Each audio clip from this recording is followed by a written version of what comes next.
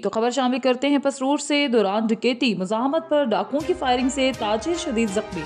Municipal park क्लासवाला road के करीब 2 मुसल्लह डाकुओं की कार्रवाई। डाकुओं ने गन पॉइंट पर बिल्डिंग मटेरियल स्टोर के मालिक से 1.5 लाख रुपए नकदी लूट ली। मुजाहमत पर डाकुओं ने मोहम्मद अनवर को फायर मारकर शदीद जख्मी कर दिया। थाना सिटी पुलिस और रेस्क्यू 1112 ने मौके पर पहुंचकर जख्मी को सिविल अस्पताल मुंतकिल कर दिया है। रिपोर्ट इमरान कैसर, ब्यूरो चीफ, हमारा न्यूज, सियालकोट।